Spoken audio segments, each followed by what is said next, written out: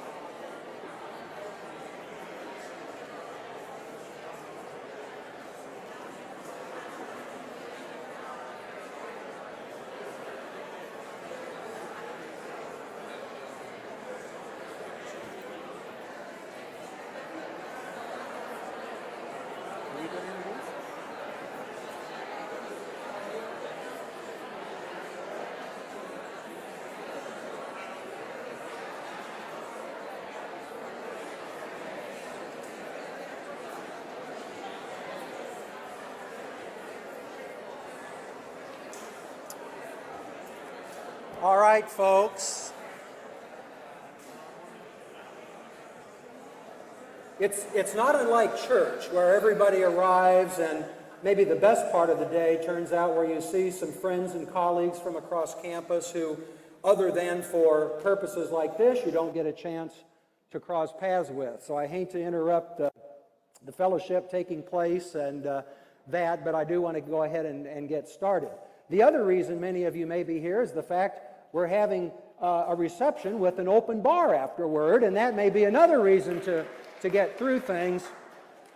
I really am appreciative for all of you coming out on such a beautiful day to spend some time with me for this State of the System address in 2016. And of course, there's always a few preliminaries to get out of the way, and I want to do that obviously here at the outset before we get into some of the substance.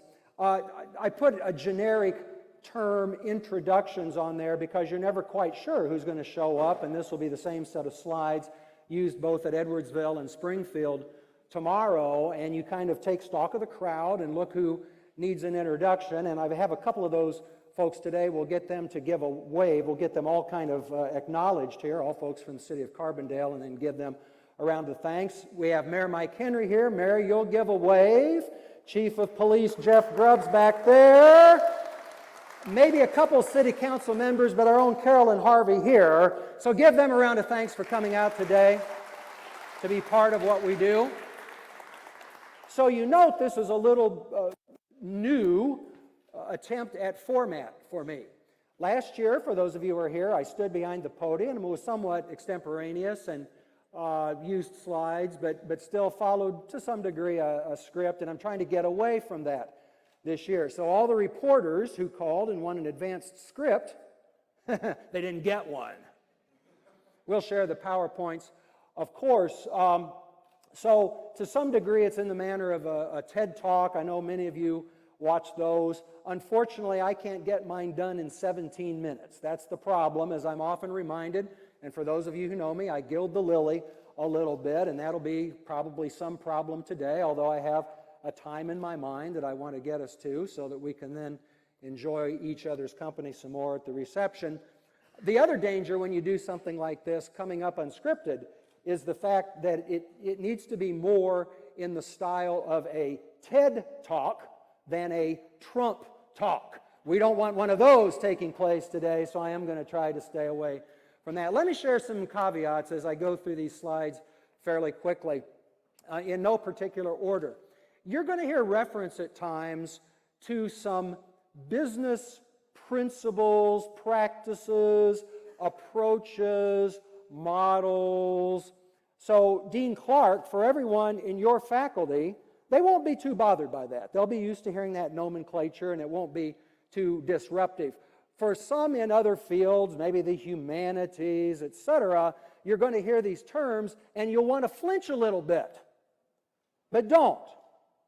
When I use those principles or models, we're applying them organizationally. It's not to suggest that the university is a business. It's not to suggest that I'm buying into this corporatization of higher education that we hear so much about. It's not to suggest that I think the road ahead for SIU Carbondale or any of our universities in the SIU system is to become, to use a phrase I've turned a bit lately, a community college on steroids. That's not what we're about, but we're going to look at some of those terms from business as we go through.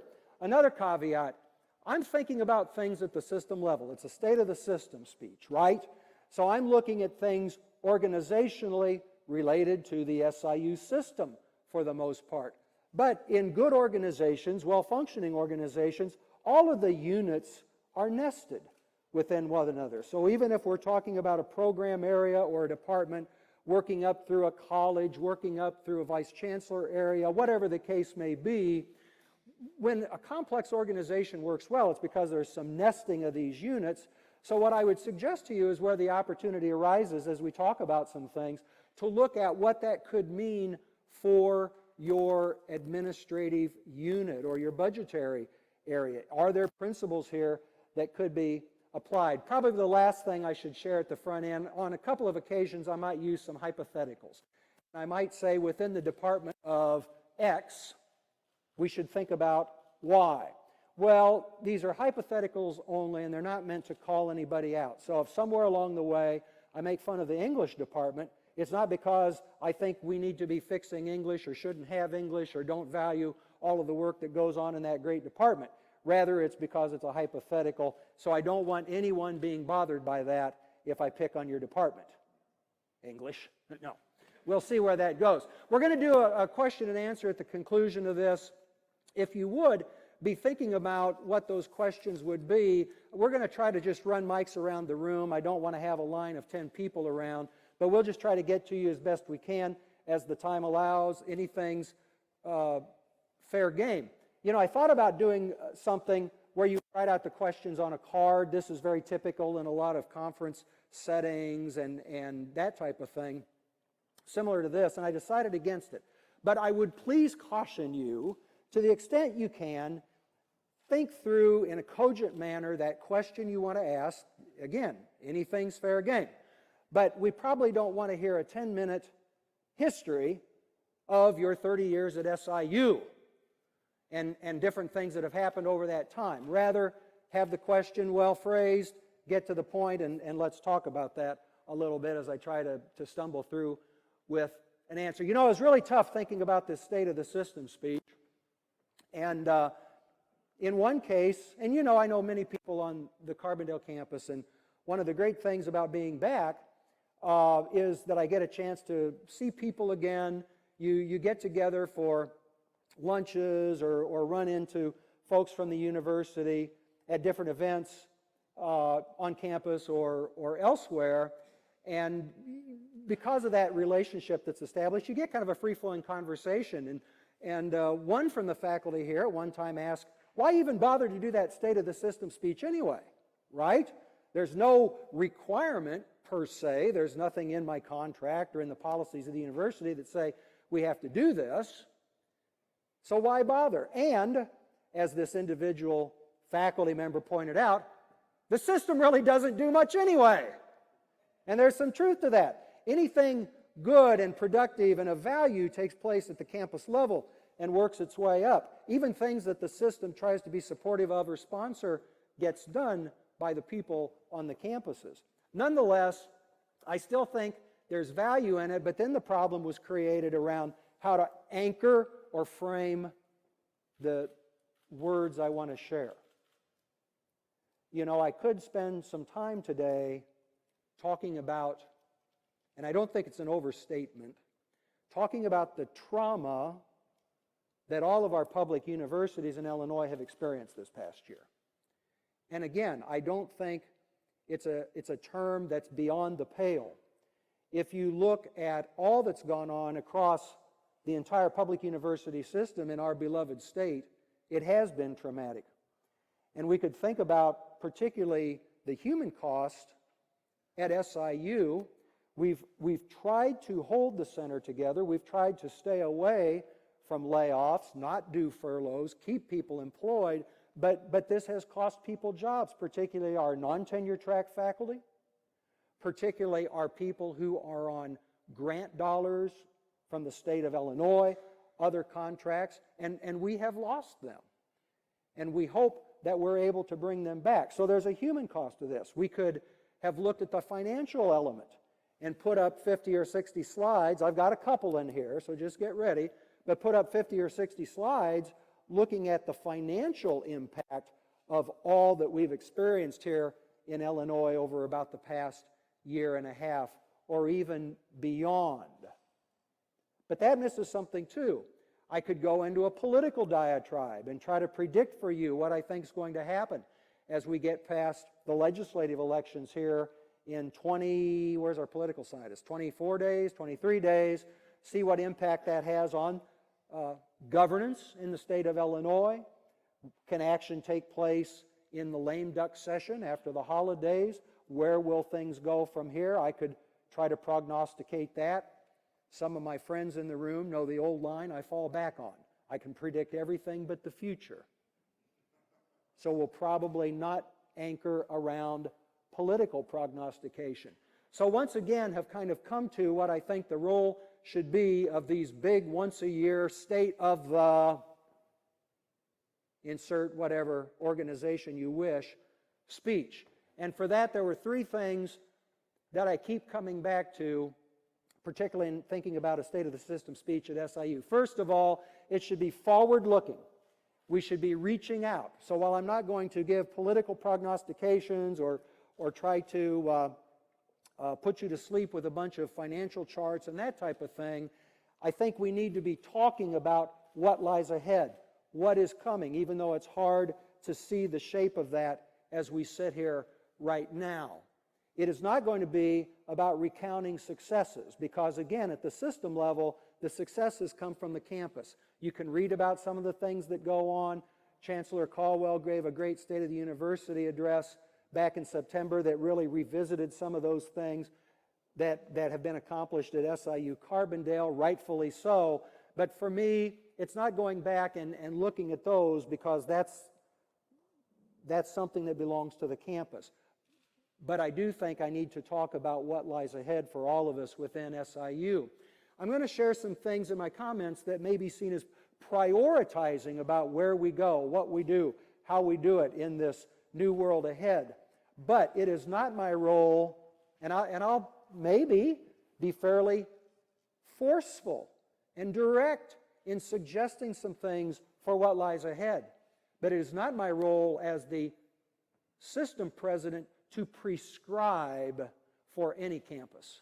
what should take place as we deal with all that we're facing right now. And again, not just from the state level, but also the challenges we have around enrollment, keeping our human capital here at the university, not being poached, and that type of thing. So you'll hear some very direct ideas that I have about how we reshape ourselves for the future, but in terms of how that turns into something actionable, that has to come from the campus. It has to emerge. It has to be something that's organic and makes its way.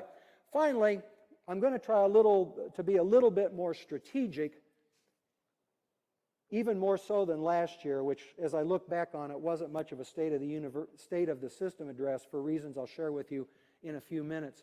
But to try to be more strategic as we think from here, especially as we've got this amorphous, unclear future ahead of us as we gather today. So we think in strategic ways, but not simplistic ways, I hope. So one of the things that you get to do when you're a chancellor or a president, if you're so inclined, you get to read a whole bunch of state of the university addresses from around the country. Can you imagine how exciting that is? So you have any number of presidents and chancellors all over the United States who are just so certain that the group of presidents nationwide wants to read their words of wisdom, that they publish these and send them out in nice booklets, and we all get them. And so far, I've gotten a few. Obviously, a number of these addresses get done earlier in the fall than what I'm doing at the time the chancellor did his. So all of these booklets are starting to come, and weirdly enough, yes, it says something about me, I suppose. Weirdly enough, I look at some of these, and you know the thing that distinguishes a lot of them, and it's not to be insulting to my fellow chancellors and presidents, but what distinguishes them is that there's no there.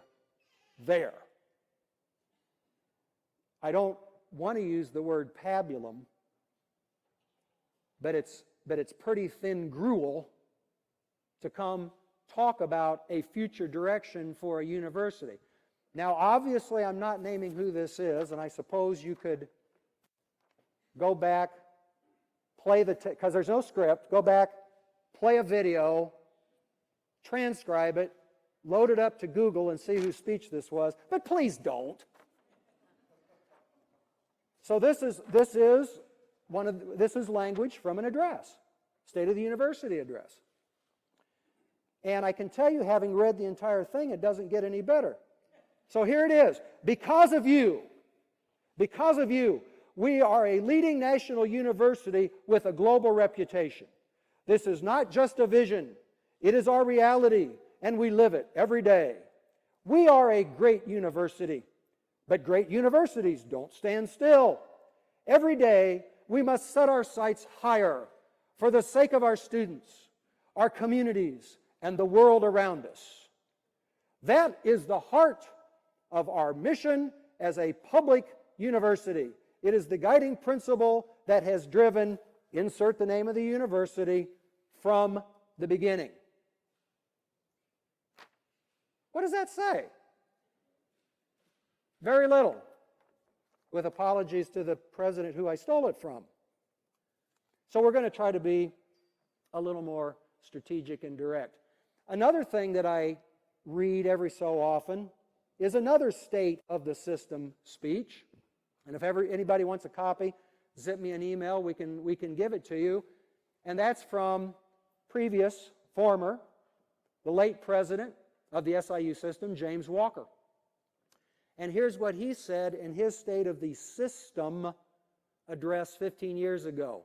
I don't like reading slides, but I'm going to do that here. We must not overlook the possibilities for maximizing the resources at our disposal.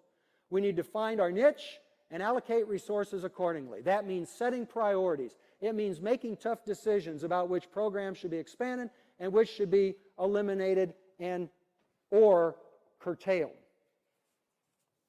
You can see my heading on that. Have we progressed in 15 years' time? Oh, we've changed.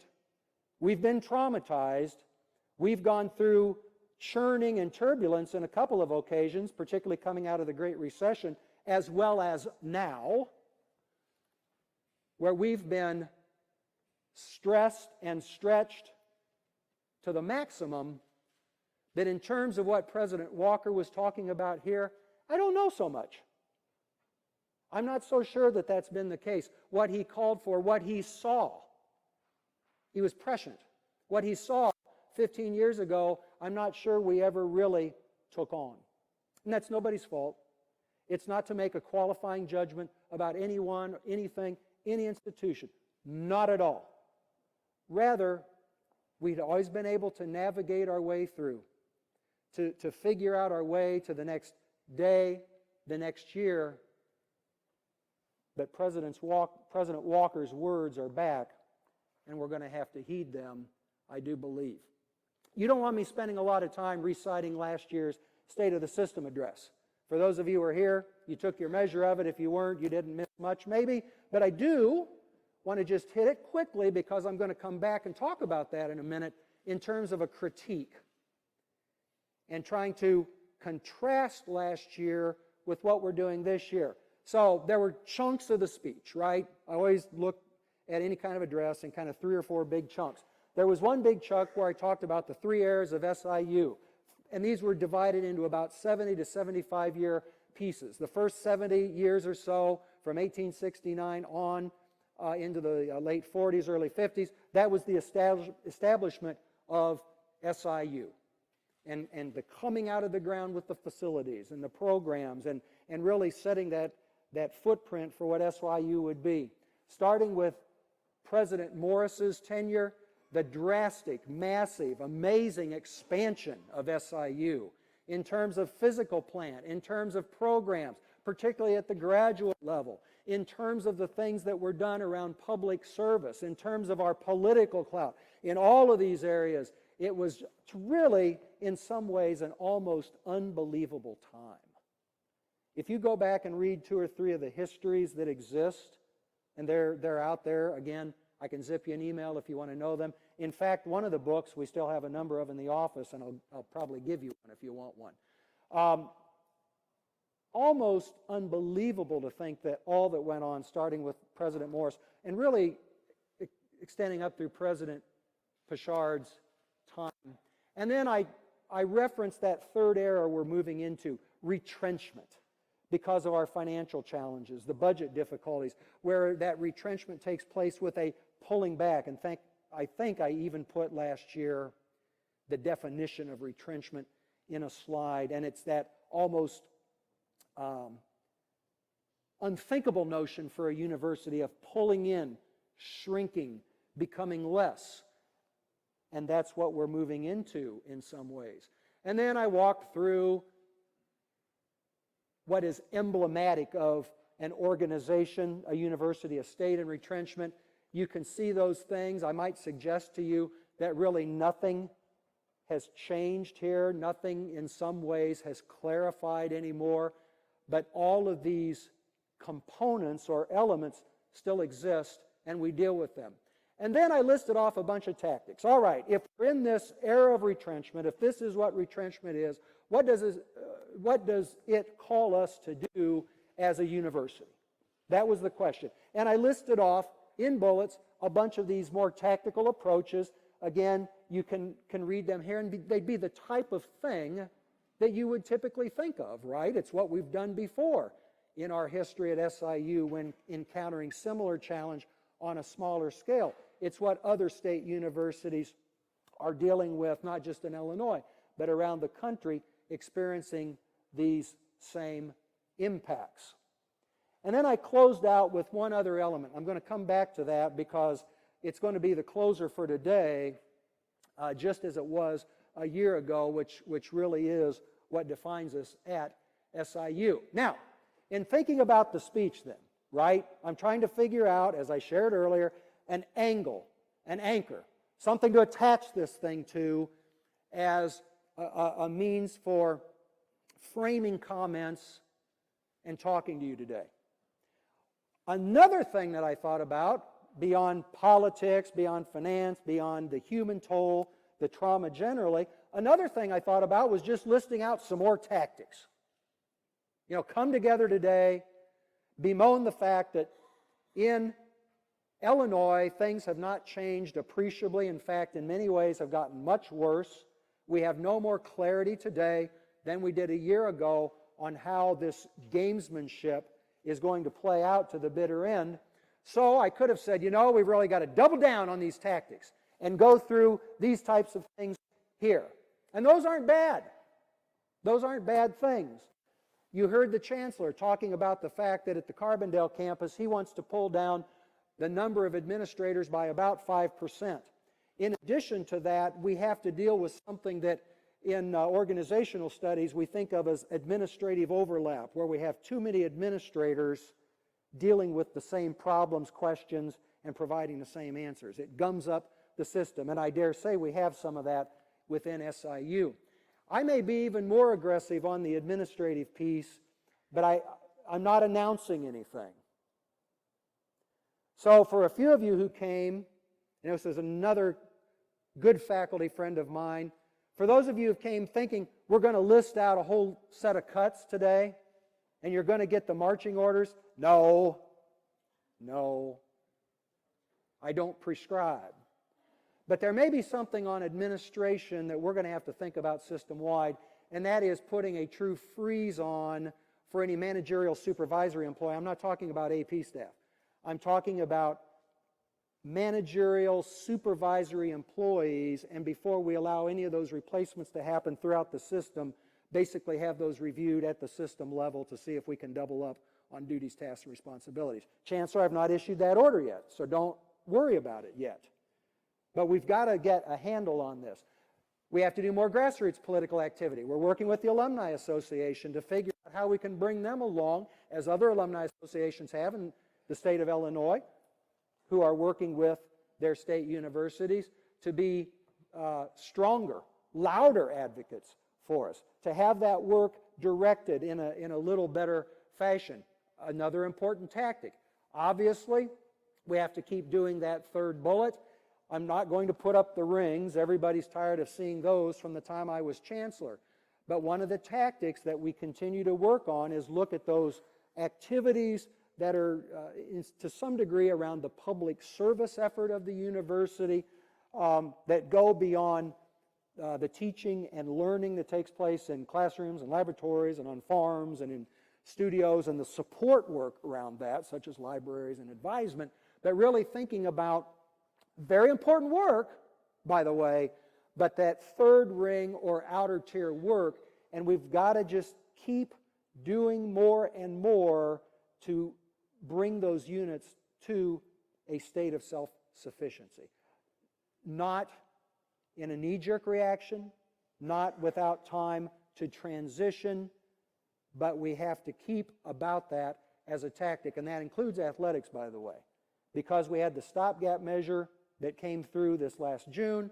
To some degree, they dodged a bullet. Everyone in that outer ring dodged some bullets, I might suggest, based upon the state money that, while not sufficient, allowed us to keep doing a lot of what we're doing, albeit in a lessened form, a less dynamic way, but athletics has to be part of that too. And then, of course, all of the campuses are working on program review, reprioritization, and I salute that work. It's not easy, but I know it's something that the campus is taking on and seeking to come to some decisions around as we work through this year. So, as I say, if you think about a critique of last year's, it was really somewhat simplistic. It was tactically based. It was trying to say, if we can just figure out how to do this list of things, it will protect us, it will allow us to keep doing what we're doing in generally the same way. Yes, I know, with less people and having to scale back and not enough to keep all of our units running the way we've been able to run them and achieve success. But still, it was a tactical approach. There was another problem with last year, and that was the use of the word retrenchment. And by the way, you're asking yourself, well, how did you How did you come to all these decisions about last year's speech? I went back and I looked at it, and I thought about it in light of where we are 1 year later. And as I tried to build from that in somewhat larger narrative to this year, and then even on to 2017, wherever that may take it,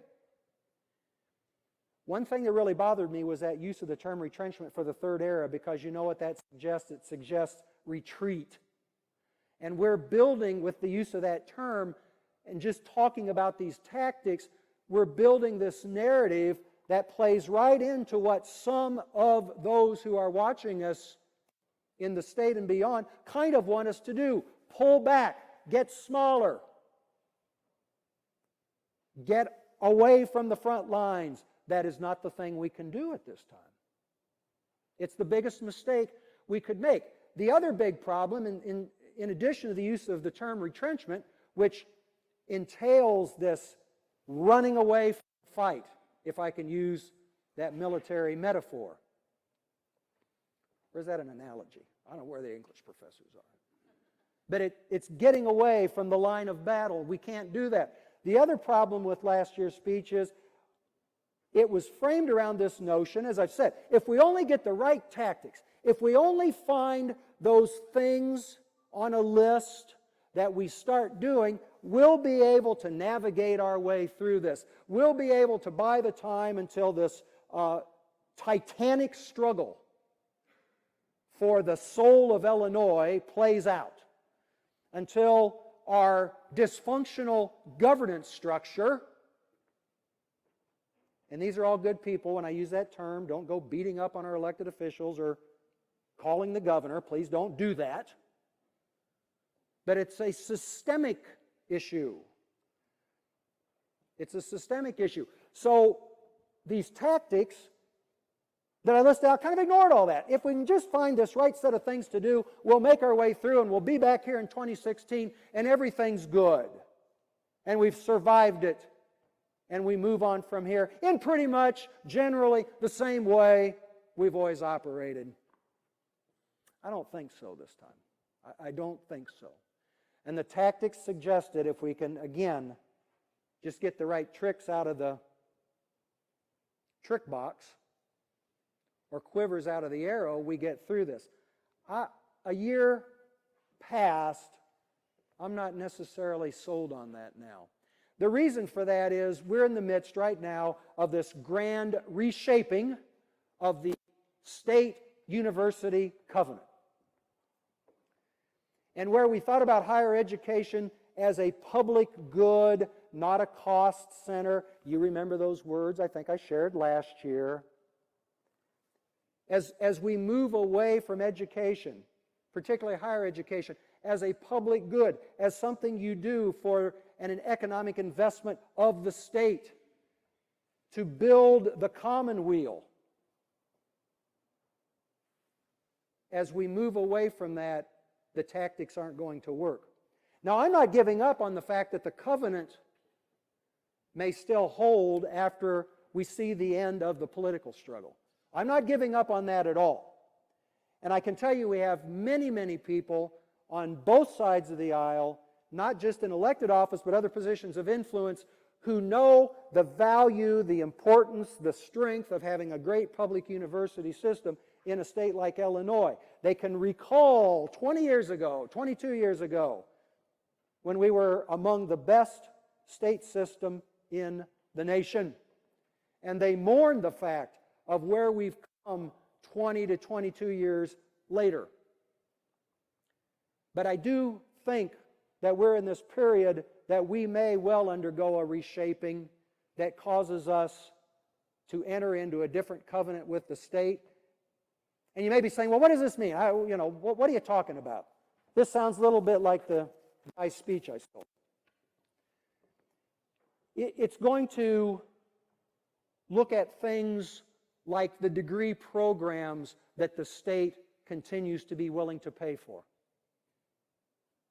It's going to question how many of a certain degree that we need in the state of Illinois. Some may think right now that there's a discussion that's playing out by default Not done in an affirmative way, but a discussion that's playing out by default right now as to how many state universities we need. I can't read people's minds. I don't know if that's the case or not. About what is the state support tuition mix? Questions about how many administrators or in what areas do we support administration? And there I am talking about AP staff, by the way.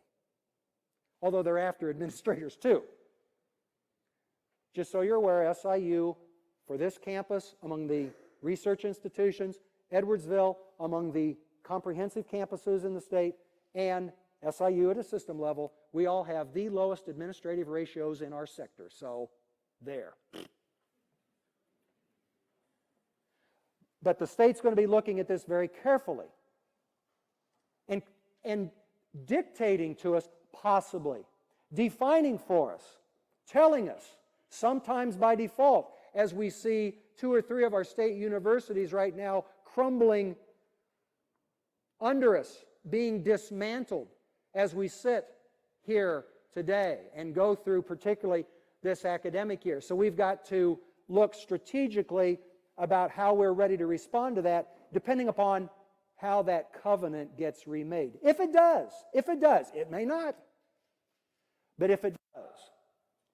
You know, one of the things we're trying very hard to do across all of SIU, and I know it doesn't feel like it at times, as you see people losing their jobs, as you see programs getting reeled in, as we take travel money away, as in some departments we can't even buy paper. But as all this is going on, we still are doing our best to hold that core of what it means to be a university together.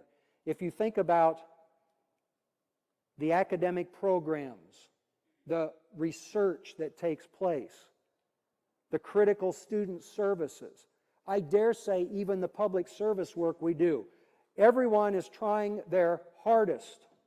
And I don't just mean administrators. I mean, I know all of us are trying our hardest to hold that center together, to keep that core. Because once we go in and start pulling out of it, once we start dismantling it, once we start letting it crumble and cave away, it's probably not coming back. It's probably not coming back. So while we've got difficult decisions to make, we try to hold that center. All right, moving on. I'm watching my time. I am going to do a couple of slides, and I think my last point is made. You get the drift, as I'm sometimes want to say.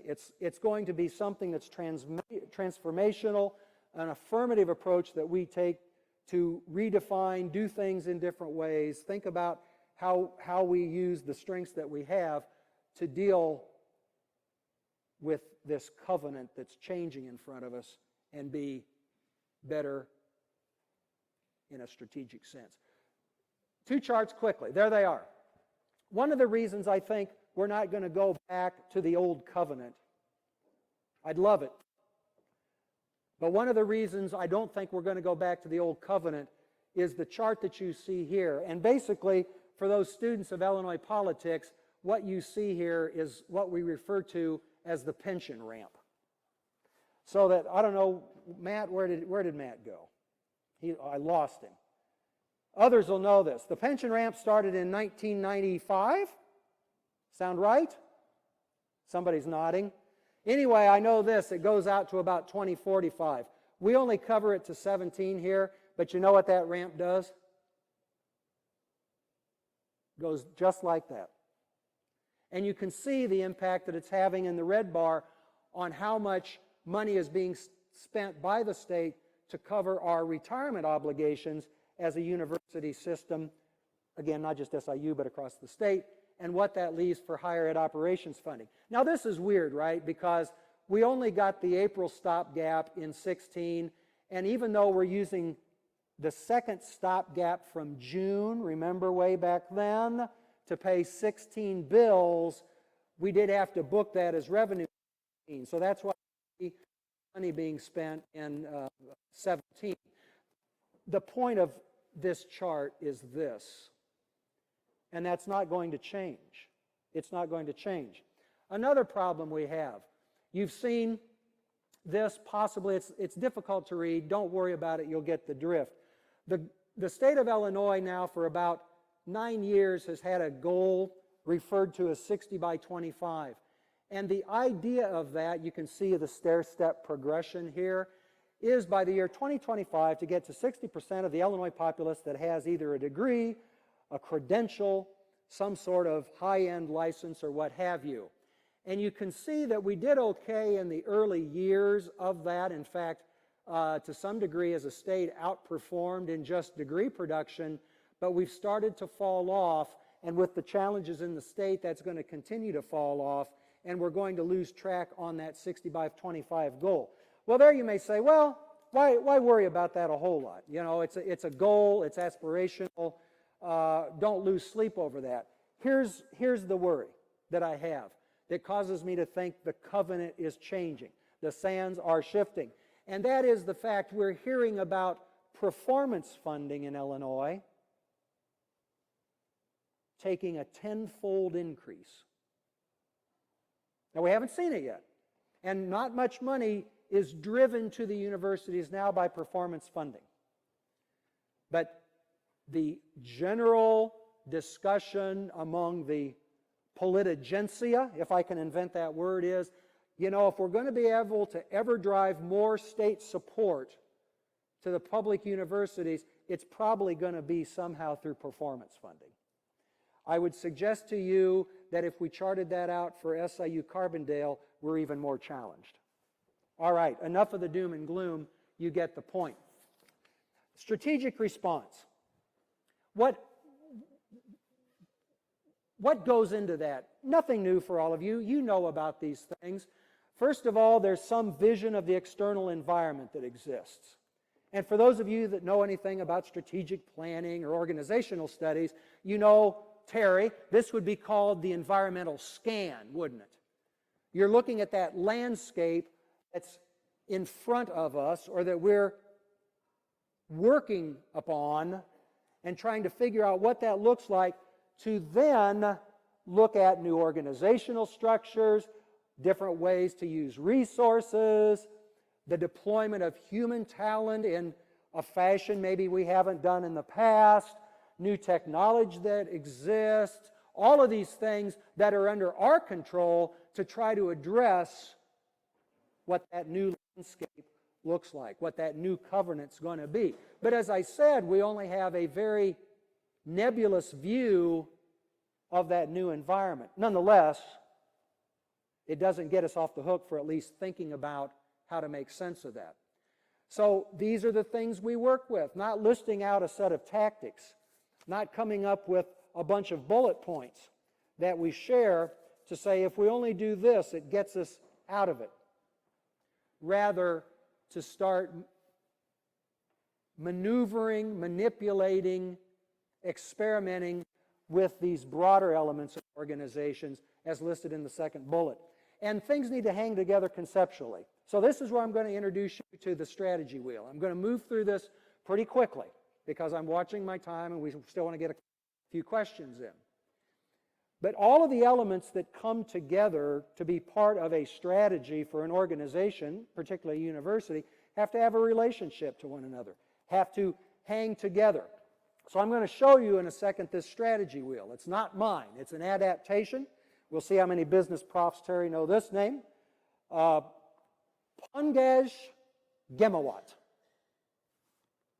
Indian economist, now teaching in Spain.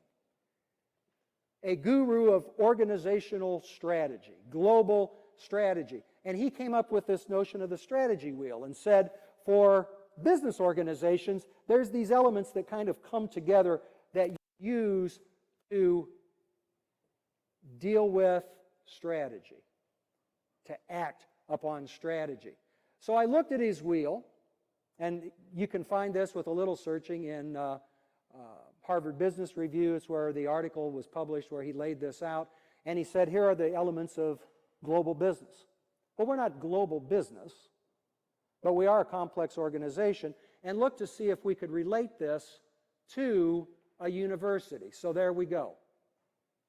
Mission and purpose at the center, and then those other components you see listed: students and programs, operations and organization, mission and purpose at the center, the core, identity and reputation, and then human capital and innovation. We're going to look at each of these in pretty short order.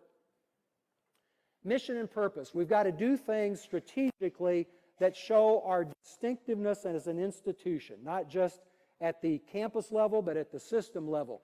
We have to figure out what are the things that pull students to us, that bring investment to us, that cause funders to say, we need to think about SIU, that put us on various political maps to differentiate us from everyone else who's out there. Many ways to do this. I'm not going to take time to go into that.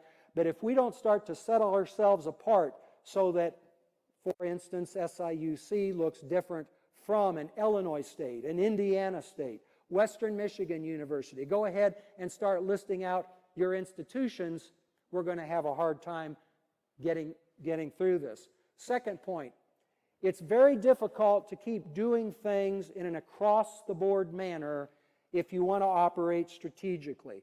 And I know when we were looking at this tactically, this being keeping the university on four wheels, moving forward and out of the ditch, we've tended to rely on across-the-board tactics. Strategically, it's going to be very difficult for us to keep doing that, and you're going to see differential decision-making take place. And it's not just about cuts, it's not just about where to send new hires, it's not about just that, it's also about figuring out how we invest in different ways and do things differentially. And then obviously we look to others who are in a similar situation. Those universities, institutions similarly situated, see how they're dealing with the same challenges successfully and seek to change strategy accordingly. Students and programs. I'm going to let you read those yourselves. My guess is that you can make sense of those and understand meaning from them. But let me say a couple of points. When we talk about repositioning, it's really something that you look at in a very, in fact, we could kind of deal with those first two in related fashion. When you think about repositioning, it may be looking at what are the new program areas that we need to be thinking about, possibly letting some slew off. Where do we go in recruitment? How do we teach large 100 and 200 level courses? Are there other places we should go off campus? What's our online presence? All of these elements go into this repositioning. So it's not just talking about the major organizational structures that you might think about. Should we take all of the academic colleges, wipe them out, and create schools? That would be a big organizational element, obviously. But it's also in looking at new ways to do the work that we have, going to new places to do that work, thinking about it in making a new set point for not just the system, but also all of the underlying units. And then I have to say this because any great university is always going to key off that student relationship. Sometimes we forget about that. We think about our disciplines that we represent. We think about the challenges that we have sometimes in repositioning ourselves, whether it's with new programs, whether it's figuring out how to go to new places, do different things. If we ever abandon the nature of that student transaction that takes place, and really we should use the word transformation, we're going to have a very difficult time moving ourselves forward. And we can get better about that at SIU Carbondale. It's not just in the work that many of you do engaging our students in instructional matters and academic affairs, but it's also our customer service work that we do on the campus that we always have to keep thinking about as we look at ways to support our students as they navigate this place we call SIU Carbondale. Operations and organizations. Again, you can see the bullets. I won't read them.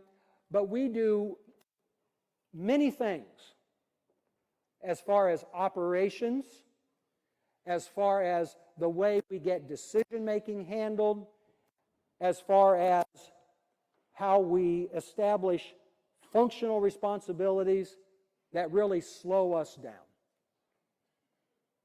It's been something that's been I'll say a factor that at SIU Carbondale in some ways has made us a little slow to respond at times to the actions that you all are trying to take in your units to reposition, to do things more strategically. So we've got to figure out ways to look toward action, to figure out how to get things accomplished, decided upon in a little more rapid fashion, and to have a management style that looks at us thinking about means or ways that we can say yes to things as opposed to no all the time. Now that doesn't mean the shackles come off and it's a free-for-all at SIU Carbondale. But rather, this bent we have many times for folks in my position is to say, no, we can't do that because it saves us having to deal with it. It doesn't demand for us to invest time in a solution. And like all administrators, it's easy just to say, no, we can't go there, not going to do it that way, won't spend the money, etc. I'm going to try to have all of our administrative corps and ask all of you to share in that same thinking as you work within your units, deal with students. Is there a way we can figure out yes? As we approach things from that fashion, it will force us to think about new strategic approaches. Human capital innovation is another one of those strategic components or elements. Even as we get in the worst of times, we have to keep investing in human capital. The university is a human service, human capital organization, institution. So even as things get tremendously difficult for us, particularly at this campus, budgetarily, if we just abandon investment in human capital, whatever that may mean, training for individuals who need it, providing some opportunity for a new tenure-track professor for those we still have here, to invest time to build the tenure record, in looking at needs of departments, particularly if there's a desire to invest in something new that will bring students or help us in the strategic approach. We can't give up on that. This holds true for talent pools who are out there. It's kind of a related bullet, isn't it? Even though we feel so often that we're in this mode of shrinking and pulling ourselves in, we still have to figure out where we invest in talent and bring new people to the university to help us answer that strategic demand. Obviously, I talked about the markets, and we also have to figure out better, more frequent, sophisticated ways to communicate across the system, not just on the campus, but the system as a whole, where everyone has knowledge of that broad direction we're trying to take, that future landscape that we're trying to overlay ourselves on. It increases understanding and helps everyone in this 7,000 plus organization we call SIU to figure out his or her role, what to do to play. Identity and reputation is the last one. We need to do everything we can to strengthen what I refer to here as the one firm brand. That is not my nomenclature. I found that also in a business reference that I read. But please understand that as we're thought about as a system in the state of Illinois, people know the SIU brand for any host of reasons, even possibly things that don't take place on this campus. It burnishes that brand, extends us out as we all bask in each other's reflected glory. It extends us out to the state and region in ways that you can't imagine. So it doesn't mean that we're one university. No, I'm not saying that. But rather, SIU as a system is a brand that, as we build upon the strengths of the system, are going to push us out to many, many more people who will take interest, who can help us, guide us, and respond to these strategic changes we're trying to make. If we ever abandon the public service role at SIU, we're sunk. This is our DNA. Now, it doesn't mean we do everything we always have done in the same way, using the same amount of state dollars, and not change strategically. Oh no, I've already gone through and said that's not the idea. But neither can it be this cutting off of an entire chunk of our being, the third leg of the stool, to say, well, we just got to get out of this business and can't do it anymore. Again, this is a defining element. So we have to figure out in this strategic approach ways to keep that work as part of it. We have a leadership role to play in this state, and this is a speech to me. Remember, I said I'm thinking at a system level, but to the extent that it's nested in other layers, look at it yourself, for the people you know, for those of influence, for elected officials, for thought leaders. Use the leadership role we have as the second jewel in the crown for the state of Illinois higher education, and carry that message strategically about that we're trying to do to address what's been put in front of us. And if we don't have trust at all levels, organizationally, down to individually, at every one of those units, those who we need to come with us on this journey are going to step away.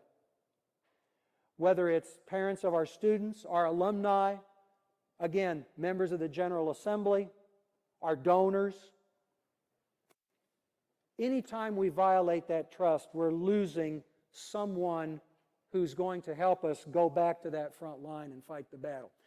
My time's up. I'm not going to talk about the system strategic plan. Simply understand that the Board of Trustees and myself are trying to pivot our work to be more strategic in our approach. And toward that end, we've kind of come back again to looking at a system strategic plan, trying to identify the actions and initiatives at a system level that a board can oversee, that I can take some responsibility for, to get us that strategic response. And if you're interested in looking at that, you can go to the SIU system, all one word, siusystem.edu website. Go under the Board of Trustees link. You can see the draft plan that's out for comment and review now. And I'm going to be talking to a few groups on campus about it through this fall. Give me your feedback individually if you wish. But that's going to be done with a generative approach. We're not going to build a large booklet with 150 goals in it. It's going to be rather something that's generative, setting out these broad strategic areas or themes with some actionable items under that, and then we're going to look for opportunities where we can do things that emerge, that things present themselves. Now, if you want to ask why that approach, because that's how I do strategic planning. Just think of a university campus on September 10th, 2001, that did a big strategic plan, 150 components to it, got it passed by its board, had a big celebration party for the strategic plan. And let's also assume that on that September 10th, 2001 University Strategic Plan, the number one goal said we're going to increase international enrollment by 25%. That plan was dead in the water 24 hours from there. That's why I'm not a big fan of 150 goals. Rather, you'll see themes. We look to take opportunities that come to us and build from those themes. And again, enough said on that. You can go look. You'll see this reference there. Strategic planning is not the only type of planning. I put this up here simply to make reference to a couple of other things we do. The board has worked very hard over the past year to look at foundational performance and have some metrics around that. So again, if you go to that siusystem.edu website and look at a tab called Data and Reports, we've actually put together some dashboard indicators that look at the functional health, the organizational health of the institutions across a full range of sectors. They're not fancy graphics. We didn't pay money for it. We did it all in-house. We'll maybe dress it up as years go by and finances allow. But if you're wanting to see some measure of overall institutional effectiveness, our health as a system, look at that. We also spend time looking at special purposes and doing planning on that. Right now, the biggie that's in front of us at the system level, as requested by our board, is on diversity and inclusiveness. And the board has passed a framework that has some things for the system to get involved in. Again, not campus activities, not a campus diversity plan, but things at the system level that we think can move the needle. And then here is where the work takes place to identify areas for this aspirational progress, that big change that we're facing as we deal with, I hate this term anymore, the new normal, but the new covenant that I think we see coming. These are things we need to do in a new strategic reality. Get ready with the questions.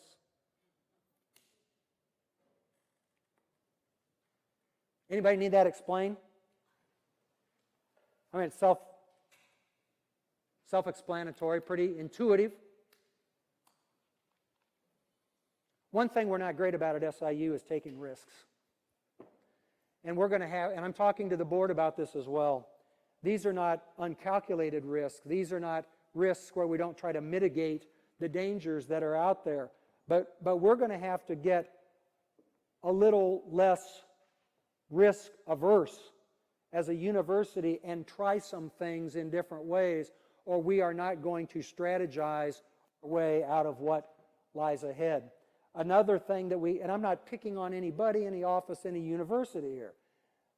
Another thing that we tend to do, in part because of administrative turnover over the years, we chase a different rabbit out of the field every time we turn around. Got to stop it.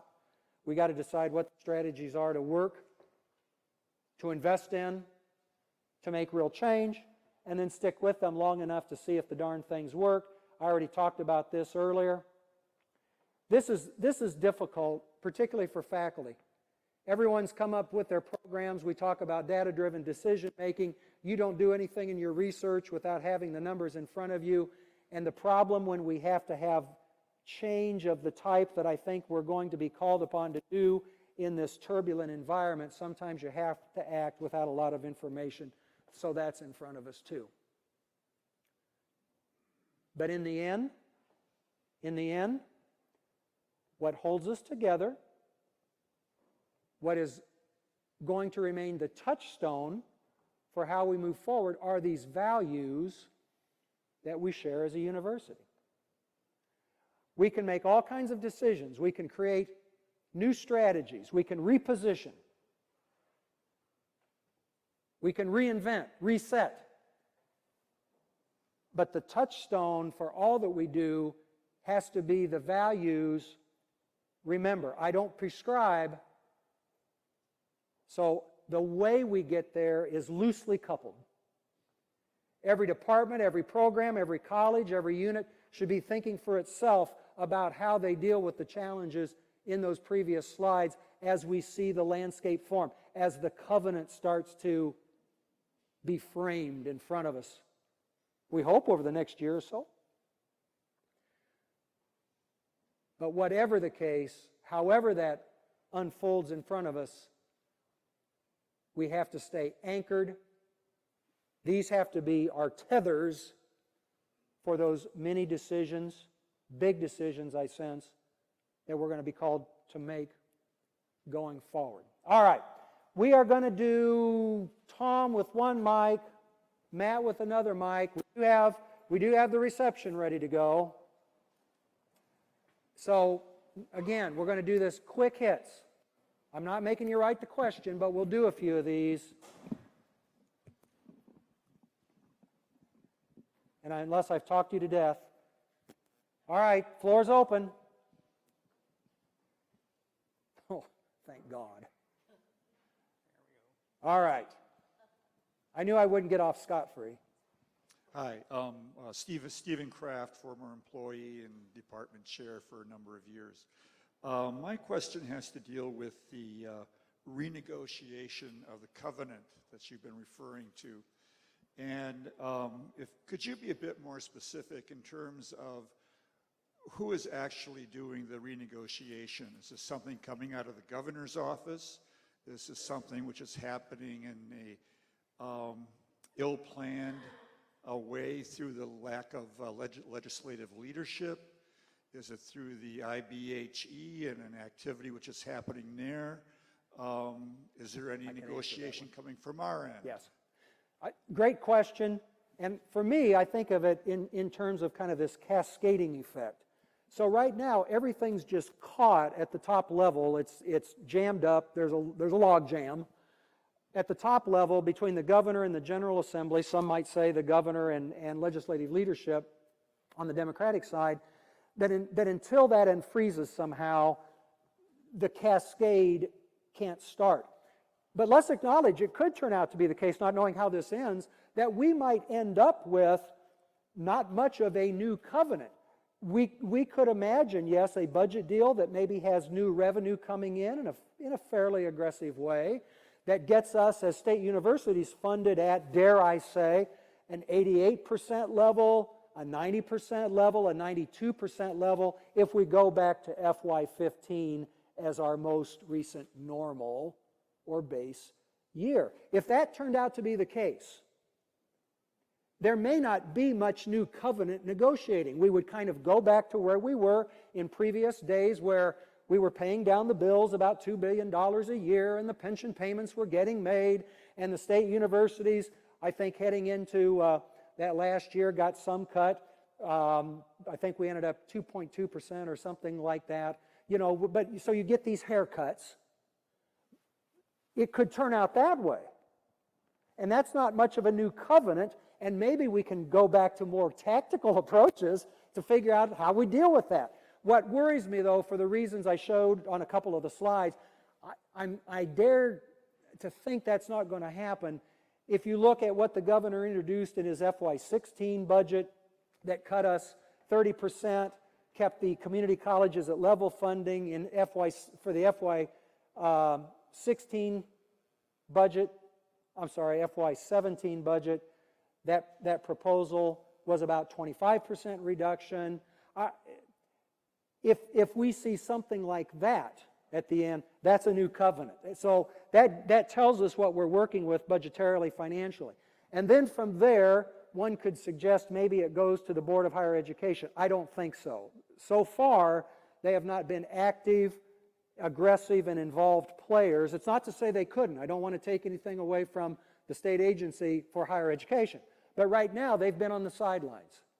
And they haven't been responsive to calls to think about, do we have duplication of degrees in the state of Illinois? If so, how do we deal with that? What is a low production program? How do we define that? They are getting more involved in that, obviously. So we'll see, maybe the Board of Higher Education gets given a goal there.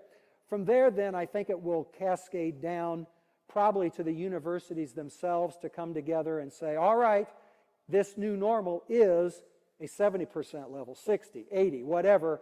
And I right now think it's going to be for the universities themselves to decide how they deal with those numbers. And in that way, it's almost the covenant we're kind of creating ourselves right here, aren't we? And figuring it out as a university. I also think, though, that part of this is going to be caught up if we jump back up to the top level, the top of the pyramid, or where the cascading begins. I think part of this is also going to get caught up, too, in how many state universities we have at the end of this battle, this titanic struggle. And I really do think it's an open question right now. Nobody wants to see anyone close, and I put myself in that group. But I do think there's this kind of tacit policy, huge policy question right now out there in the state of Illinois do we need to have all of these state institutions. So that's all going to get caught up. We see what the budget turns out to be. I think it's going to skip the Board of Higher Ed to give us any guidance or direction unless they get muscled up more than they are now. And then we're going to see what that number is, and we come back together and figure it out. And it could be we have about like 12 covenants across state universities. Somebody else. But that's a good question. I'm going to be out here. We're going to all adjourn, or those who are able, I hope many of you can. We're going to adjourn over to the International Lounge. We've got our hospitality students who are working out there. I want to thank Jim Salmo at the foundation. His funding helped underwrite the reception out here tonight. You're going to see, again, students, give them a word of thanks. Vanessa Sneed, who handles events for the Chancellor's office, was a great help putting this together. The fact that you came out on a beautiful day, when so many of you, like me, could have been sitting out on our back porch, having our own glass of wine, but came here to invest in the future of SIU, means a great deal. We'll get a chance to talk out here. Thanks, everybody. Thank you for your time today.